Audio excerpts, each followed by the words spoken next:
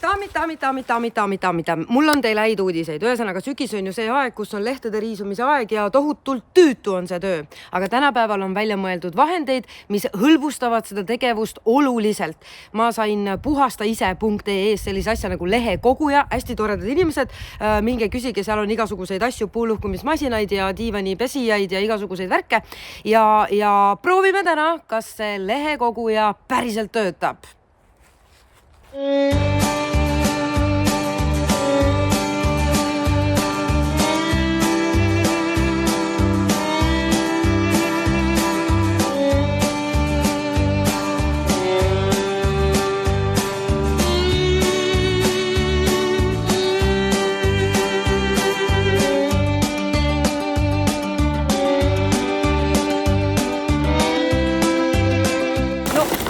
Üks häda sellega on, selles mõttes, et see kott saab päris ruttu täis ja seda on päris tüütu nagu tühjendada.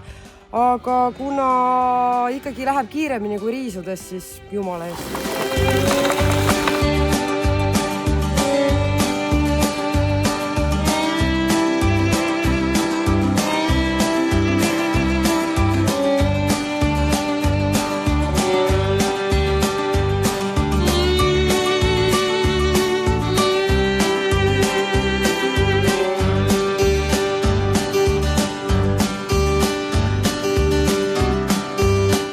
On tehtud lehekogujaga, see siin on tehtud rehaga.